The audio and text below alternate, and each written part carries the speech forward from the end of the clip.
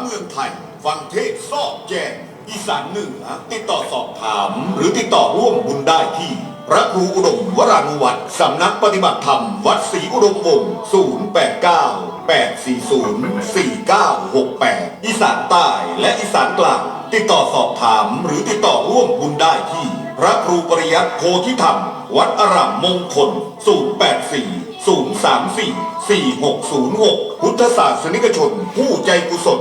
ร่วมบุญบูชาธรรมออนไลน์ได้ที่มูลนิธิพุทธธรรมนำชีวิตวัดศรีอุดมวงศ์บัญชีธนาคารกรุงเทพเลขที่บัญชี416-068-3555ร่วมงานบุญในครั้งนี้ได้มหากุศลญาสพระบรมธาตุนาดูลเป็นนาบุญอบอุ่นทางใจเสริมความงามเสริมจมูกเสริมคางแต่งหน้าแต่งผมแต่งและแต่งเท่าไหร่ก็ไม่งามเสริมเท่าไหร่ก็ไม่สวยเพราะไม่ได้เสริมจิตแต่งใจ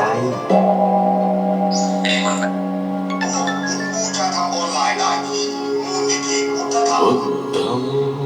ชรังกัจฉามิรายการเสริมธรรมเสริมปัญญานำพาให้เสริมจิตแต่งใจให้สวยงามด้วยพระธรรมดำเนินรายการโดยพระครูอุดมวรานุวัตรทุกวันจันทร์ถึงวันศุกร์เวลา 6 นาฬิกาถึง 7 นาฬิการับฟังได้ทางสถานีวิทยุเลย PBS วิทยุสาธารณะเพื่อการเผยแพร่พระพุทธศาสนาและวัฒนธรรมจังหวัดเลยโทรศัพท์ 042-851-151 www.leipbs.com คนจะงามที่ใจใช่ใบหน้าคนจะสวยจัญญาใช่ตาหวานคนจะแก่ความรู้ใช่อยู่นานคนจะรวยศีลทานใช่บ้านโตธัมมังชรณังกัจฉามิสังฆังชรณั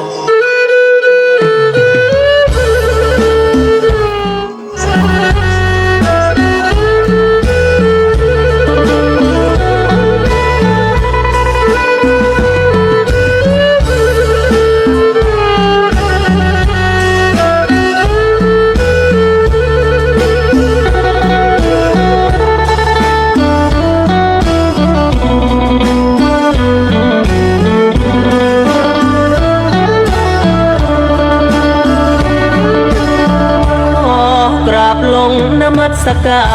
รบนบานกราบพระธาตุนาดูลลูกหลานมาพึ่งบุญคุณเจ้าคำเช้าสดใสพุทธมณฑลอีสานกล่าวขานยิ่งใหญ่พาจิตใจคนหลั่งไหลนมัสการนครจำปาสีอดีตมีตำนานบูชากราบกรานสาธุชนทั่วลาพระธาตุสูงเด่นสวยเย็นเป็นสีงดงามสุดที่จะพันรนาใครได้มายนทุกคนเบิกบานดังเทพประธานตระหง่านคู่ฟ้าทูบเทียนดอกไม้ไหว้องค์พระปฏิมาเป็นวาสนาที่ได้มาขอพรพึ่งทางธรรมะลบล้างชั่วก่อนยึดคำสั่งสอนมาขอพรยิ่งใหญ่พระบรมธาตุนาดูลเป็นนาบุญอบอุ่นทางใจขอบูชาพระรัตนตรัยกราบไหว้ให้อยู่ดีกินดีจะเดินรุ่งเรืองให้ประเทืองน้องพี่พบเจอแต่สิ่งดีๆมั่งมีสมใจ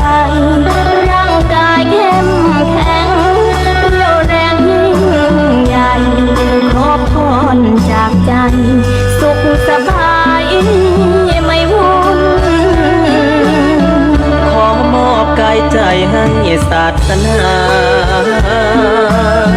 ด้วยจิตศรัทธาพระธาตุนาดูลูกขอทำดีเป็นสีสยามลูกสารคามจิตงามก้องไกลขอพึ่งใบบุญพระธาตุนาดูลดลให้พี่น้องชาวไทยท่านทั้งหลายโชคดี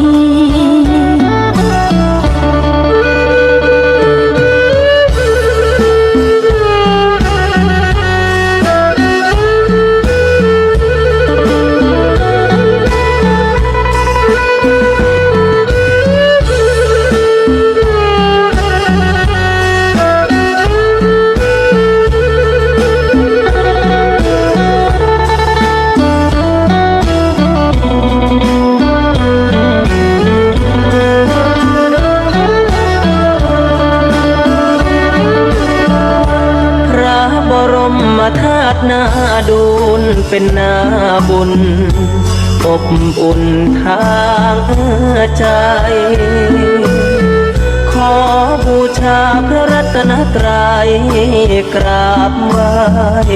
ให้อยู่ดีกินดีเจริญรุ่งเรืองให้ประเทืองน้องพี่พบเจอแต่สิ่งดีๆมั่งมีสมใจร่างกายเข้มแข็งเรี่ยวแรงยิ่งใหญ่ขอพรจากใจสุขสบายไม่วุ่นขอมอบกายใจให้ศาสนาด้วยจิตศรัทธาพระธาตุนาดูลูกขอทำดีเป็นศีล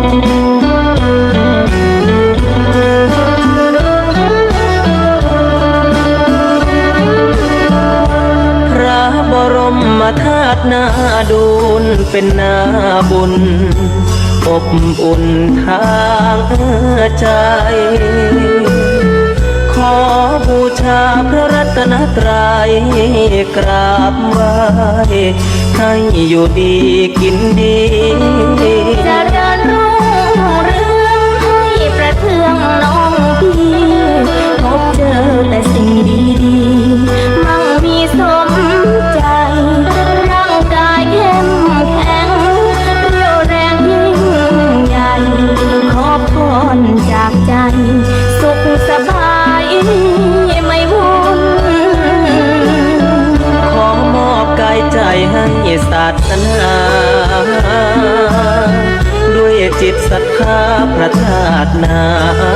ดูลูกขอทำดีเป็นสีสยามลูกสารคามจิตงามก้องไกลขอพึ่งใบบุญพระธาตุนาดูลดลให้พี่น้องชาวไทยท่านทั้งหลายโชคดี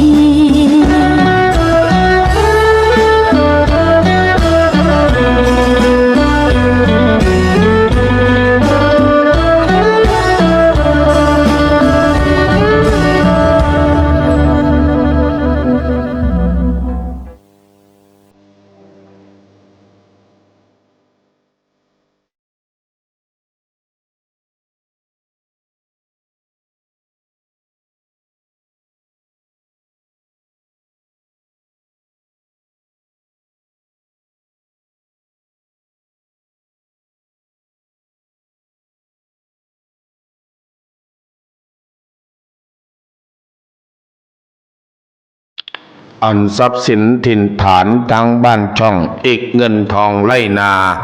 มหาศาลเป็นสมบัติของตัวได้ชั่วการจะต้องพันจากกันเมื่อวันตาย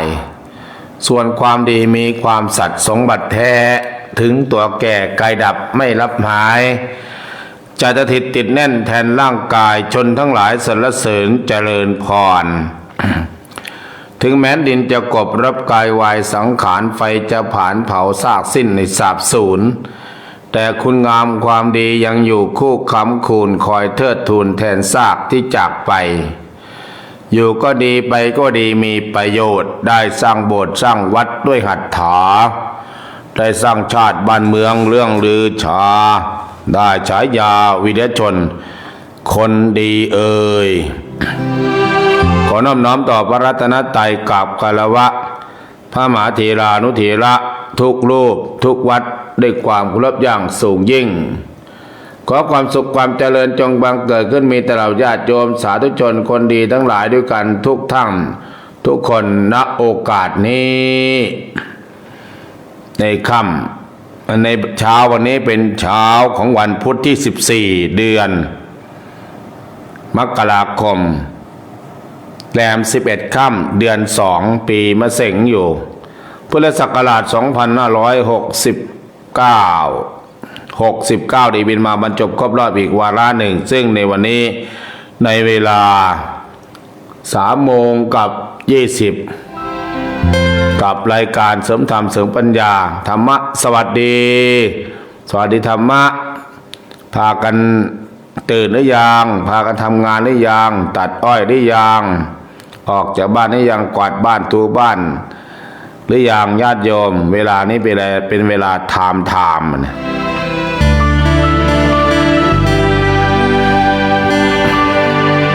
เฟซบุ๊กไลฟ์ก็มีชื่ออะไรนาลีป่ะพระอะไรนะ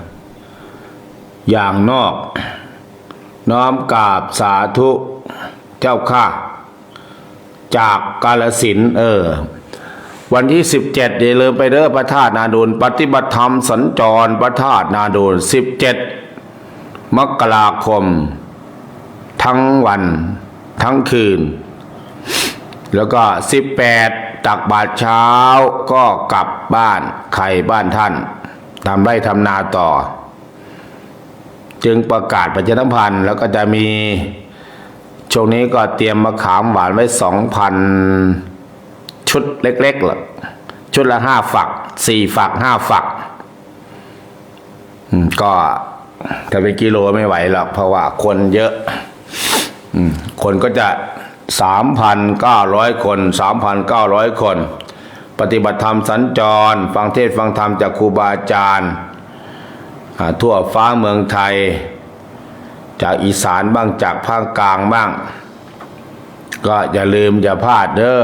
จากกาฬสินธุ์ชักชวนอวนต้านวันเสาร์วันอาทิตย์ก็หารถหาเรือไปสร้างบารมีกันทานบารมีศีลบารมีเนกขัมมะบารมีเนกขัมมะปัญญาฟังเทศน์ฟังธรรมในเรื่องปัญญาเนกขัมมะปัญญาบารมีขันติบารมีสัจจะบารมีอธิษฐานบารมีเมตตาบารมีทัสสะบารมี30 ทัศ10 ทัศ20 ทัศ30 ทัศทำแบบเบื้องต้นท่ามกลางและที่สุดถึงที่สุดก็เป็น30 ทัศเราจะประสบความสำเร็จในปี69ก้าวต่อไปเหมือนไฟจะไหม้โลกก้าวต่อไปถึงใครจะว่าเราก้าวต่อไปให้มันสำเร็จสมความประสงค์เข้ามาได้โยมเด้อแม่ตอตุนแม่สำเนาเทวสัตว์เอิ้นกันเข้ามาว่าอาจารย์เข้ารายการเช้า9 โมง 10 โมง9 โมง 10 โมงเด้อแม่รถไปแม่สิงโต1 คันแม่ศพหญิงมีแม่ครูหญิง1 คันแม่ตอตุน1 คันแม่ใบ1 คันแม่สุดท้าย1 คันแม่องศานาลีดำ1 คัน แม่บ้านไว้นา1 คันบ้านบุงสไล1 คันบ้านแล้วก็แม่ปี๊บสังประเสริฐของคณะ1 คันแม่สวยอันธจันทร์1 คันรถมะขามหวาน1 คัน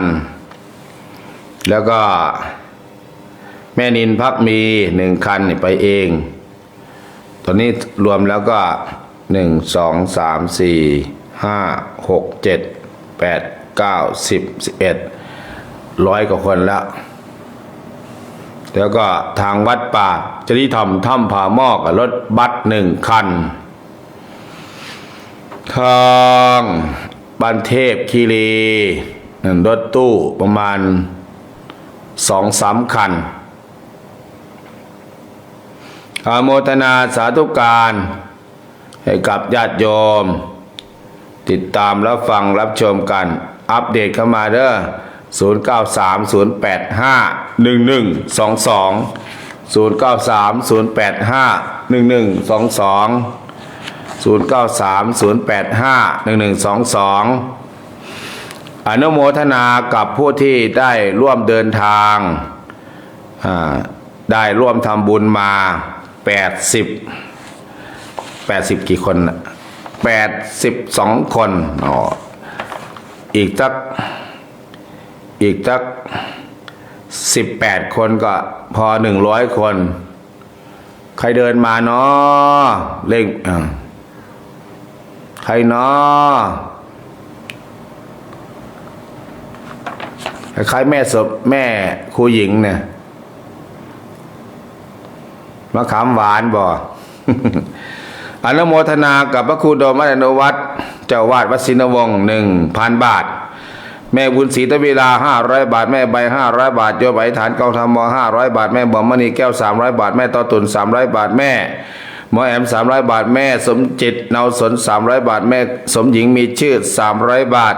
แม่สมหมายชัยยา300 บาทลุงระดี200 บาทโอแม่โอ200 บาทแม่แต่ก่อนเด็กกระลำ200 บาทแม่ไม้200 บาทแม่บัวจักรสมทภา200 บาทแม่ทองสุนบริวาร200 บาทแม่น้องนางหนูเจ้า200 บาทแม่ทองศรีเมืองธรรม200 บาทแม่แก้วน้ำเย็น200 บาทแม่ชีพัฒน์ยิ่งเจริญ200 บาทแม่ชีเบญจวรรณศรีกุลเมือง200 บาทแม่นีกล้วยแขก200 บาทโยมอาจารย์บุญยวัฒน์บุญทวงศ์บ้านภูจังหวัดเลย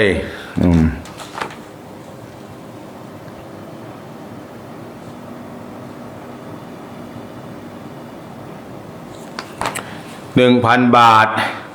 แม่วงมณฑา200 บาทยายแพงอารมณ์300 บาทแม่สมัครล้านบัวศรี200 บาทแม่กันสมณชน200 บาทแม่หนุ่ย200 บาทแม่รักบ้านร่ม200 บาทแม่เนียงอัดภาษา200 บาทแม่นางขันพิทักษ์สิงคาร300 บาทแม่ภาวนาบุญชื่น300 บาทพระไกรสอนสุมโน300 บาทพระมังกรปัญญาวิญโยพระไกรสอนสุมโน500 บาทพระมังกรปัญญาวิญโย300 บาทพระวิชัยอนาลโย300 บาทพระอาทิตย์ธรรมาธิโปทีโล300 บาทหลวงตาจอมวัดป่าในเลิศ300 บาทแม่คำแพงศิลาชัยเมืองเลย100 บาทแม่ภาพกิริศรี100 บาทแม่เจี๊ยบศรีสวัสดิ์100 บาทแม่น้องแม่ดาวบัวบานบด100 บาทแม่ตุ๊กสีสร้อย100 บาทแม่อ้อยคุณเลิศ100 บาทแม่ทองคำทวิลา200 บาทแม่นินพักมี300 บาทแม่ประนอมปัจชุม300 บาทคุณยายบุญจันทร์โอนแก้วเมืองเลย 1,000 บาทน้องทอฝันพร้อมกับกวด200 บาทยายชั้นจำนันเพชรในชั้นจังหวัดเลย100 บาทยายยุพาจังหวัดเลย100 บาทแม่เสานามนตรีเลย200 บาทแม่วาสนาปัญญาดี300 บาทแม่เพชรพักมี200 บาทแม่สว่างธนิมนต์200 บาทแม่สุดท้าย200 บาทแม่สงวนเขียนซีอ่อน300 บาทแม่เจนนาอ้อ300 บาทพระอะไรพระครูสุนทรอะไรนะพระโลภาสอาจารย์น้อยผาเจริญ 1,300 บาทนส.อภิรดีสมพร200 บาทนส.บัวลอยสมพร100 บาทแม่ประภาวัน เมืองเลย100 บาท แม่สิงโต300 บาท แม่ครูหญิงดวงศรีเมืองเลย300 บาท พระประหลัดนรงฤทธิ์อุปราชกิโตกทม500 บาท แม่เดือนบุญเกตแม่เรียนบุญเกตนะเดือนบุญเกต200 บาท ยายแววสง่าลี100 บาท แม่สวยอันทจันทร์300 บาท แม่สมศรีจันทิรา200 บาท แม่จันพรหมมหาราช160 บาท ยายน้องฟ้าใส300 บาท แม่เจพิมพ์ขัน300 บาท คุณพ่อแตงโม200 บาท คุณแม่เมืองศรีนวลสูง300 บาท แม่ชีนงรักราชวงศ์100 บาท แม่ชีน้อยอยุธยาดีอุย100 บาท แม่โอ200 บาท แม่อะไรแม่ก๊อฟบางจันทร์ว่ะแม่ก๊อฟบางจันทร์100 บาท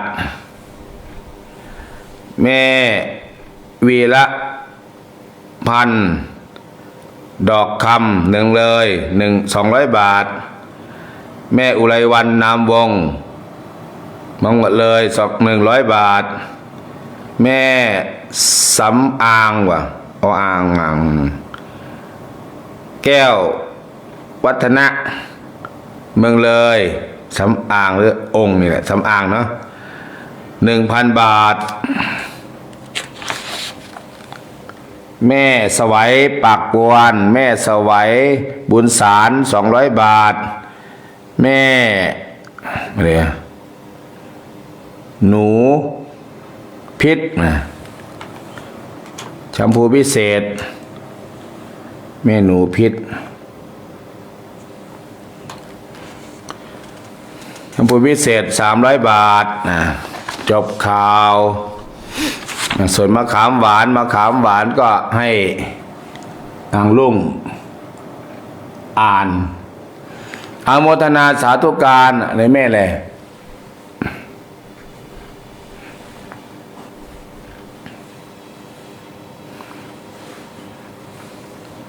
แล้วใครที่ไปแม่บ้านอะไรบ้าง บ้านฝากเลยนี่3 คนนะแม่เสาแม่หนุ่ยบ่3 คนแม่อะไรที่อยู่1 คนน้องทอฝันกับยาย2 คนแม่ป้านอมประชุมอีก1 คนแล้วก็แม่วัดบ้านโนนสว่าง1 คน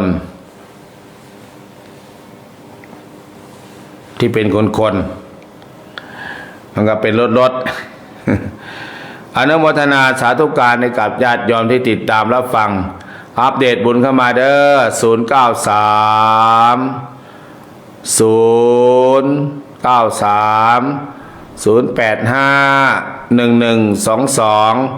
3 โมง 4 โมงช่วงนี้แหละ14พรุ่งนี้อาจจะไม่อยู่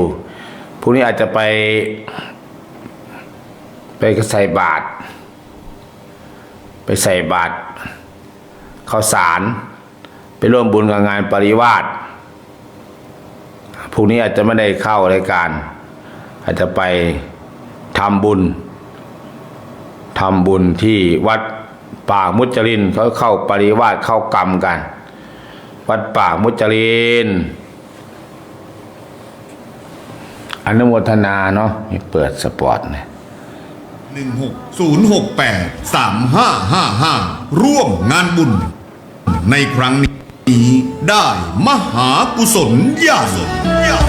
พระบรมธาตุนาดูลเป็นนาบุญอบอุ่นทางใจขอกราบลงนมัสการบนขอกราบลงนมัสการบนบาน กราบพระธาตุนาดูนลูกหลานมาพึ่งบุญ ขอเชิญพุทธศาสนิกชนทั่วประเทศไทย ร่วมปฏิบัติธรรมสัญจรณพระธาตุนาดูนพุทธมณฑลอีสาน เพื่อถวายเป็นพระราชกุศลแด่สมเด็จพระนางเจ้าสิริกิติ์พระบรมราชินีนาถพระบรมราชชนนีพันปีหลวง และร่วมไว้อาลัยแด่ทหารผู้กล้าในวันที่ 17 และ 18 มกราคม พุทธศักราช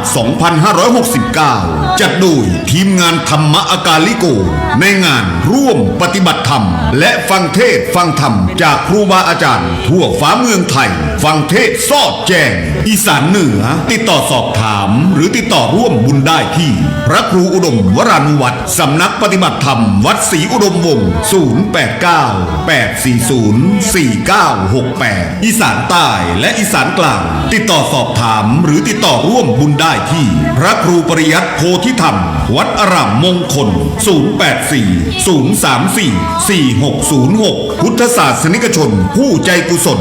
ร่วมบุญบูชาธรรมออนไลน์ได้ที่มูลนิธิพุทธธรรมนำชีวิตวัดศรีอุดมวงศ์บัญชีธนาคารกรุงเทพเลขที่บัญชี 416-068-3555 ร่วมงานบุญในครั้งนี้ได้มหากุศลใหญ่ พระบรมธาตุนาดูนเป็นนาบุญอบอุ่นทางใจขอกราบลงนมัสการบนบานกราบพระธาตุนาดูนลูกหลานมาพึ่งบุญ ขอเชิญพุทธศาสนิกชนทั่วประเทศไทย ร่วมปฏิบัติธรรมสัญจรณพระธาตุนาดูนพุทธมณฑลอีสาน เพื่อถวายเป็นพระราชกุศลแด่สมเด็จพระนางเจ้าสิริกิติ์พระบรมราชินีนาถพระบรมราชชนนีพันปีหลวง และร่วมไว้อาลัยแด่ทหารผู้กล้าในวันที่ 17 และ 18 มกราคม พุทธศักราช 2569 จัดโดยทีมงานธรรมอากาลิโกในงานร่วมปฏิบัติธรรมและฟังเทศน์ฟังธรรมจากครูบาอาจารย์ทั่วฟ้าเมืองไทย ฟังเทศน์สอดแจ้งอีสานเหนือติดต่อสอบถามหรือติดต่อร่วมบุญได้ที่พระครูอุดมวรานุวัตรสำนักปฏิบัติธรรมวัดศรีอุดมวงศ์ 089-840-4968 อีสานใต้และอีสานกลางติดต่อสอบถามหรือติดต่อร่วมบุญได้ที่พระครูปริยัติโพธิธรรมวัดอารามมงคล 084-034-4606 พุทธศาสนิกชนผู้ใจกุศลร่วมบุญบูชาธรรมออนไลน์ได้ที่มูลนิธิพุทธธรรมนำชีวิตวัดศรีอุดมวงศ์บัญชีธนาคารกรุงเทพเลขที่บัญชี 416-068-3555 ร่วมงานบุญในครั้งนี้ได้มหากุศลใหญ่ พระบรมธาตุนาดูนเป็นนาบุญอบอุ่นทางใจ ไปนึ่งแล้วเดี๋ยวเอาไปกองไว้แล้วก็เอาไปนึ่งมะละกอก็เอาไปพริกเกลือไปละ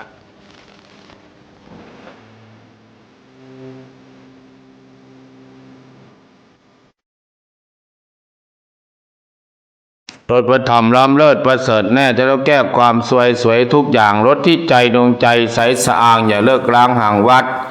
หัดฟังธรรมอัปเดตบุญเด้อตอนเช้ามีใครฟังไหมเนาะตอนเช้ามีใครฟังใครจะเพิ่มเติมใครจะไปก็แจ้งให้ทราบบ้านนี้กี่คนบ้านนี้กี่คนบอกแจ้งเลยแต่มาจะเขียนบวกเลขไว้บวกแล้วก็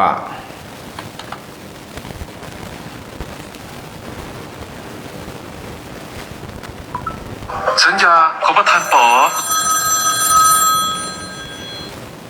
เดินทาม ค่ะกราบนมัสการพระคุณเจ้าเจ้าค่ะแม่น้องนางเจ้าค่ะอาจารย์พูดบ่อยๆให้แกได้ยินหน่อยนะเจ้าค่ะแกฟังประจำหรอกแม่คำพาห้วยเสคำนะเจ้าค่ะอาจารย์ กำพาห้วยใจซ้ เจ้าค่ะแก ำ อยาก เขียนไม่แล้ว เจ้าค่ะกราบ แม่ นมัสการ คำพาแม่คำพาห้วยทรายคำแม่คำพาอันนี้แม่สว่างมั้งเนี่ยเจิญธรรม กราบนมัสการเจ้าค่ะพระอาจารย์ขน้อยไม่นงเจ้าค่ะ ผมไม่นงเนาะ เจ้าค่ะพระอาจารย์ไปอันขุนไปยิ่งอันโหเข้าไปบ่เจ้าค่ะ โอ้มาหาที่วัดแล้ว โอ้เจ้าค่ะ ให้บวกกันได้จักผลก็ซีผลหรือสร้างผลก็บ่พอดีรถติบพระอาจารย์เจ้าค่ะ เพื่อนบอกว่าลูกน้องไอ้ลาออกไป4 หรือ 3นี่แหละ อ๋อ เหลือกับแม่บัว5มั้งแม่บัว3อันนี้2ป่ะแม่ครูหญิงก็ไม่โหน่งมั้ง เจ้าค่ะพระยิ่งว่ามี6 ขนว่าเจ้าค่ะแล้วคนว่ามีเท่าใดเจ้าค่ะพระอาจารย์ เพื่อนลาออกไป2 คน3 คนเพื่อนไม่ได้ไปไม่โหน่งไปปะล่ะ ไปเจ้าค่ะขน้อยไปเจ้าค่ะ ไม่โหน่งก็เหลือแต่ไม่โหน่งกับแม่ครูหญิงกับแม่บัวน้ำหวย ได้ผลรถโบนะเจ้าค่ะพระอาจารย์ ไอ้พอก็หาตื่มเอา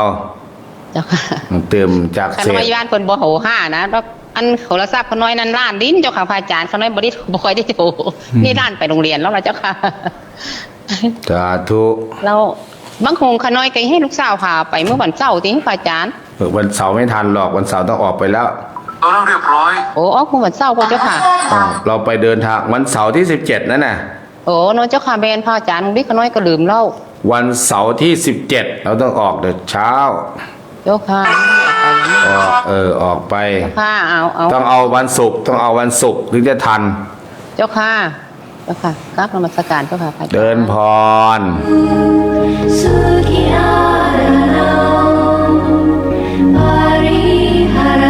093-085-1122 มีเคยฟังไหมเนาะได้ภาพกันเนาะเอาให้มันปิดเสียงไม่ได้เป็นไงนะใครรู้บันทึกเสียงต่อศัพท์แม่ฟ้าแม่อะไรแม่ฟ้าสาอุดขายเลขอยู่ศรีสะเกษบ่ยอมขายดิบขายดีเด้อเดี๋ยวอยู่ดูแลยาย ยายก็หายเนาะยายเนาะป่วยก็หายหน่ายก็รัก บุญมาวาสนาส่ง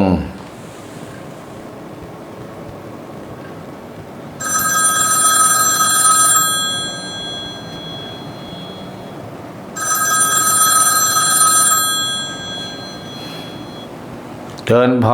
ร ฟังเจ้าค่ะรดน้ำผักอยู่ โอ้ผักงามเลยเนาะผักช่วงนี้เนี่ยหนาวนี่ เจ้าค่ะ จะเข้าไปอยู่เจ้าค่ะ เจิญพรเจิญพร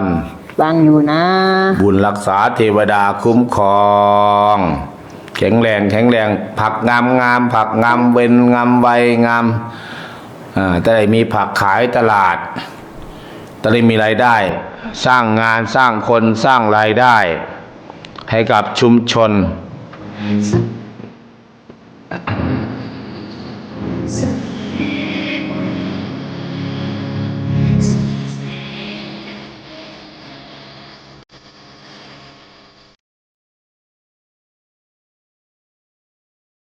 เอกฟ้าสาอุดมันบอกว่าไปขายอยู่ศรีสะเกษแล้ว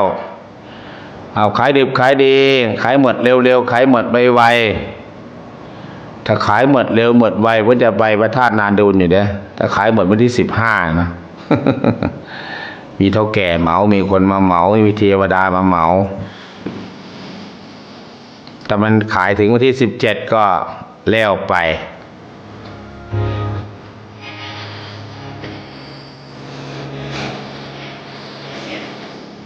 วันเวลาบางทีก็ตรงกันอย่างปีหน้ายังหาวันไปแบบมันไม่ตรงเสาร์อาทิตย์อีกปีหน้าก็ได้ อโมทนาสาธุการให้กับญาติโยมที่ติดตามรับฟังกันช่วงนี้เวลา3 โมงกับ42-43 นาที กับรายการธรรมสวัสดีกับรายการเสริมศีลเสริมธรรมเสริมปัญญาให้กับญาติโยมสาธุชนพุทธบริษัททั้งหลาย เสียงเทศเสียงธรรมสุขีธรรมะสนอกว่าดนตรีท่านเอ่ยสุขสว่างสลายทิ้งนั่นแหละเสียงธรรมชาวพุทธเราก็ไม่มีอะไรญาติโยมที่เป็นญาติโยมก็ทานอมิสทานอภัยทานธรรมทานทานศีลภาวนาคือพัฒนาจิตใจของตนให้ข่าวรอบศีลสมาธิและปัญญาพัฒนาปัญญาเจ้าของให้ข่าวรอบเครื่องข้องสมองใจ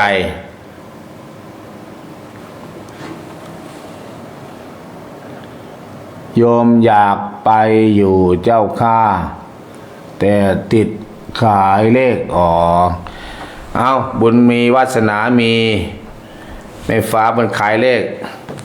ทั้งลูกทั้งเต้าทั้งสามีขายหมดเร็วหมดไวหมดให้หมดตั้งแต่วันที่16ซึ่ง15เนี่ยเราถึงกลับมาทัน15ช่วงนี้ก็14แล้วเอาเหลือ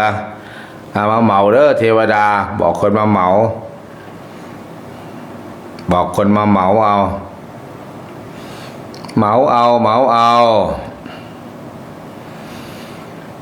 เดี๋ยวคนมาเหมาเอาเพื่อจะได้ไปพึ่งปฏิบัติธรรมเสริมธรรมเสริมปัญญาเสริมบารมีทำให้คนที่มีบุญบารมีก็หยิบจับอะไรก็เป็นประโยชน์เป็นเงินเป็นทองคนที่บารมีอ่อนบารมีน้อยแม้คนเก็บอดแอดเก็บใกล้ได้หนาวจับอะไรมีแต่เสียตังค์คนที่มีบุญบารมีก็อาตมาก็บารมีฉลองโบสถ์กับหมดแล้วที่ลงมาก็หมดเหลือแต่สร้างบารมีใหม่แบบลบเป็น0แล้วก็สร้างใหม่ก้าวใหม่เพราะว่าทำงานใหญ่เสร็จแล้วก็ถึงจุดหมายสาธุอนุโมทนาติดไปนวม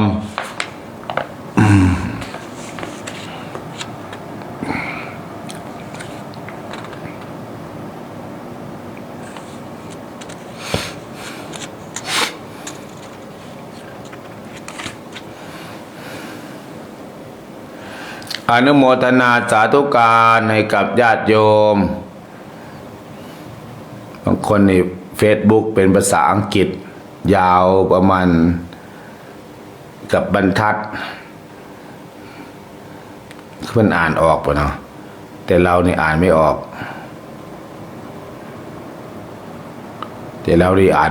เลย อ่านได้แต่ภาษาไทยอนุโมทนาอย่าลืมอย่าพลาดวันที่17ในวันเสาร์นะโยมนะวันเสาร์ออกเดินทางบางคนก็ออกเดินทางสายรถตู้ไปรวมกันไ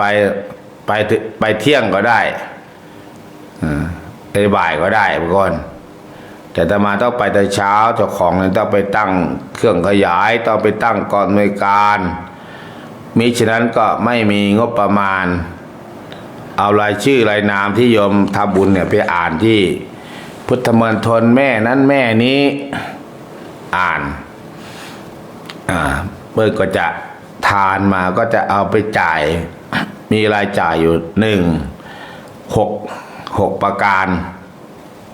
ประมาณ6อย่าง1กันเทศเครื่องเสียง OB ห่มผ้าจอ LED ถวายองค์พระธาตุค่าน้ำค่าไฟแล้วก็ค่าน้ำดื่มค่าอาหาร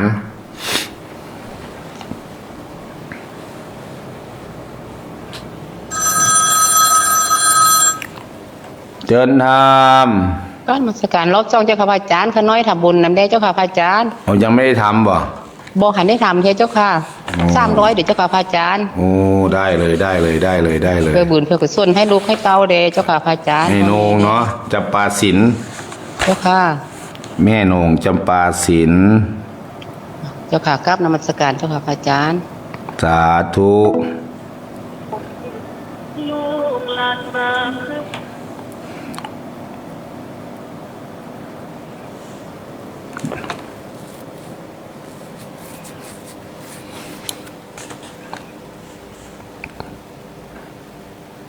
จอ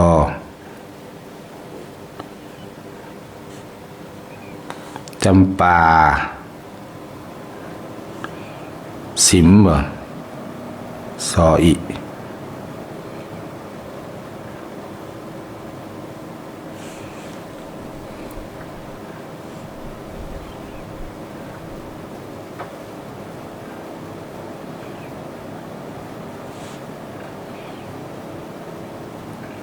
แม่นงจำปาสิมคนที่83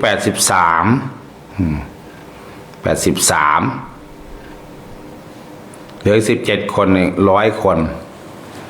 มีรายชื่ออ่าน100 คน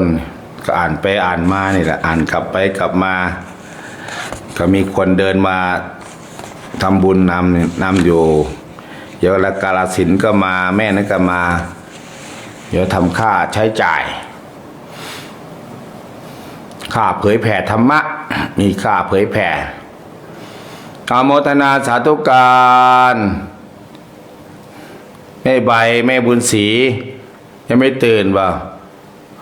ยายแก้วหนาวว่ะคาหนาวว่ะยายแก้วเนี่ยยายสงวน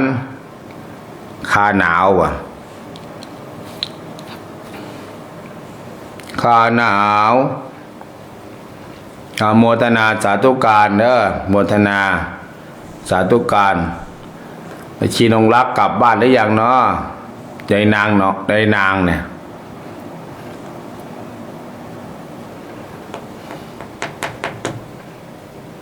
โมทนาสาธุการในกับญาติโยมติดตามรับชมและฟังกันทุกทานทุกคน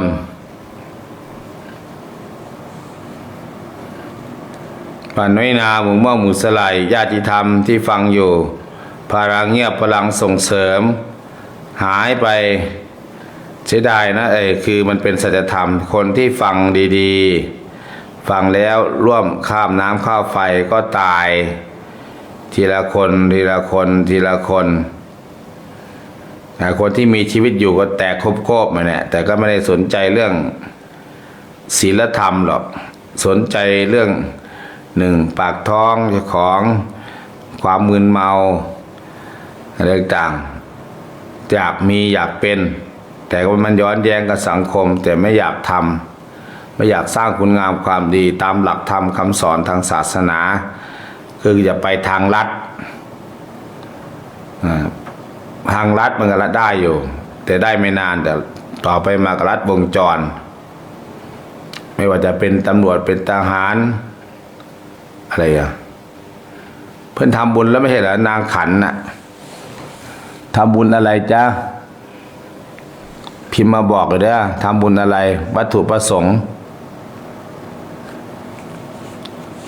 นี่นางขันมีแล้วไม่ใช่เหรอนางขันมีทักษิณหิงคารเนี่ยนางขัน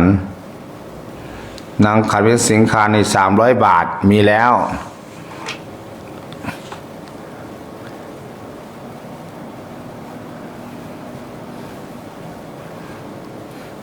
ทำบุญเลยถวายกันเทศป่ะหรือจะเพิ่มเติมเป็น500 แต่ยังไม่เห็นเงินเลยอยู่ไหนไม่รู้ เขียนไว้งั้นน่ะเขียนไว้ไอ้อ่านเฉย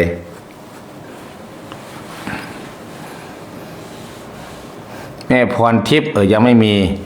แม่พรทิพย์นี่พิทักษ์สิหิงคารเนี่ย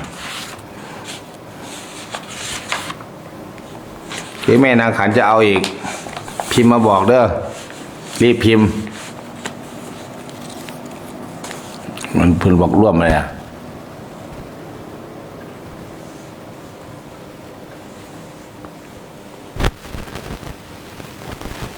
ร่วมกองทุนทุกอย่างเอาร่วมกองทุนเนาะแม่นางขัน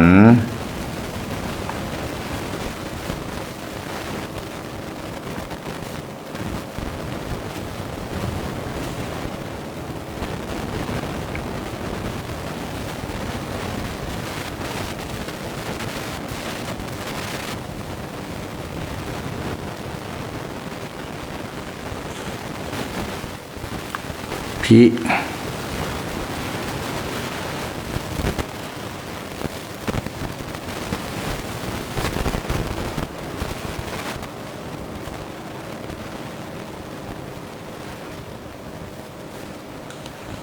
ทักษ์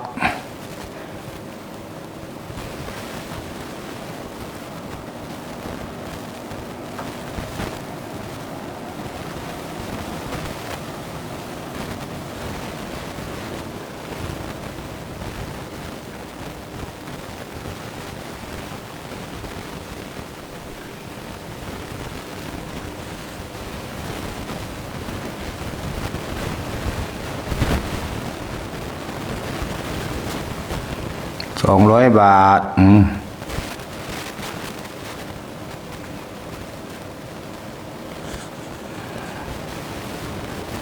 แม่พรทิพย์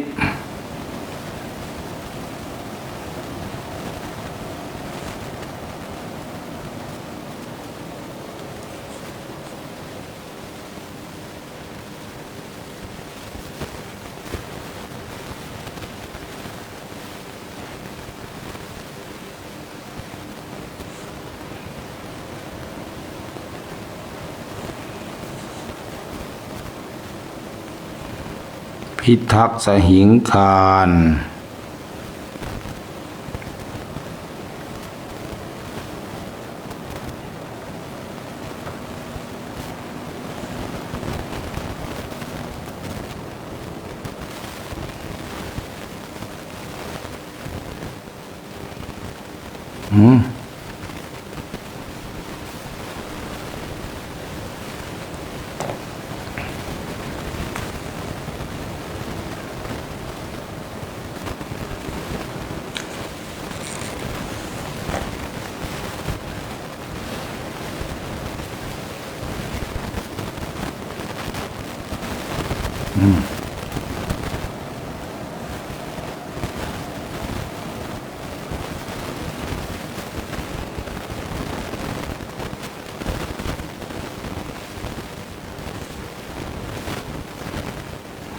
อโมทนาสาธุการโอ้หรือ15 คนพอ100แล้วโมทนาสาธุการเดินพรแม่เจม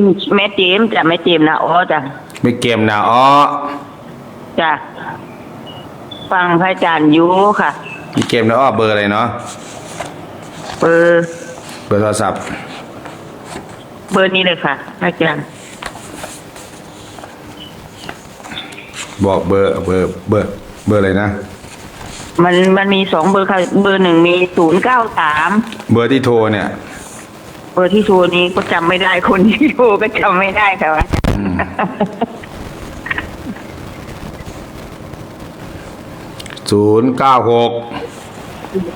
จ้ะ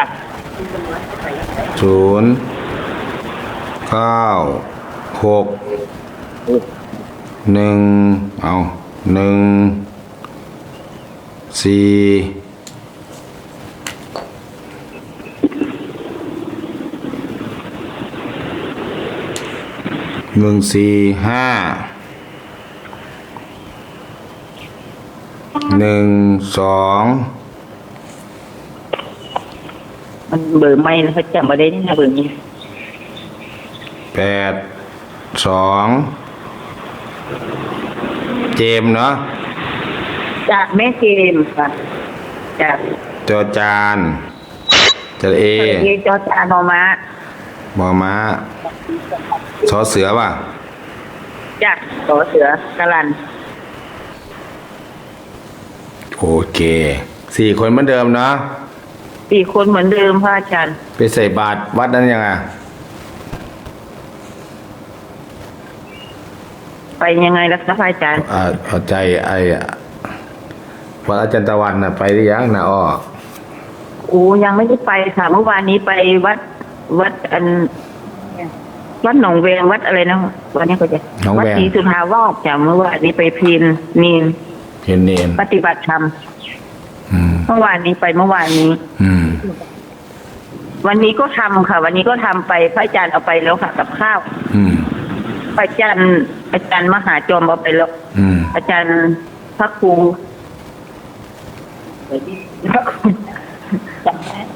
เจิญพรนะอย่ารถก็โทรไปรับ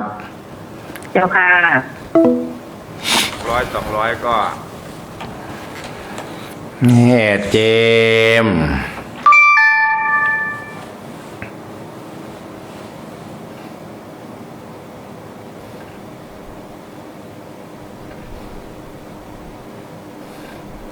นาอ้อ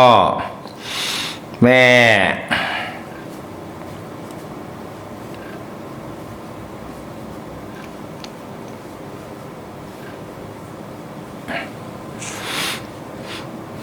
อนุโมทนาสาธุการให้กับญาติโยมที่ติดตามรับชมรับฟังกันทุกท่านทุกคน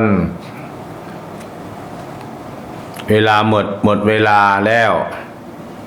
ให้มีความสุขมีความเจริญรุ่งเรืองก้าวหน้าหายทุกข์หายโศกหายโรคหายภัยสมเคราะห์เสนียดจันไรจงหายไปมีแต่ความสดชื่นเบิกบานและแจ่มใสโดยกันทุกท่านทุกคนเทินเจริญพรเจริญธรรม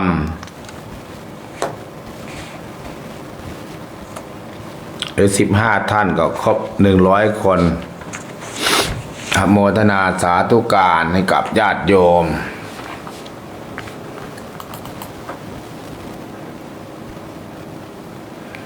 โทรศัพท์มาได้ตลอดเวลาแล้วโยมเด้อ08ทักทายไม่ได้กาฬสินธุ์ก็เหมือนกันหลังไมค์089-840-4968 ใครจะไปบ้านเราใครจะไปคน2 คน3 คนไม่เตรียมหรอกก็ต้องแจ้งล่วงหน้าถ้าวันไปเนี่ยโผล่มาเลยเนี่ยไม่ตั้งหลักไม่ทัน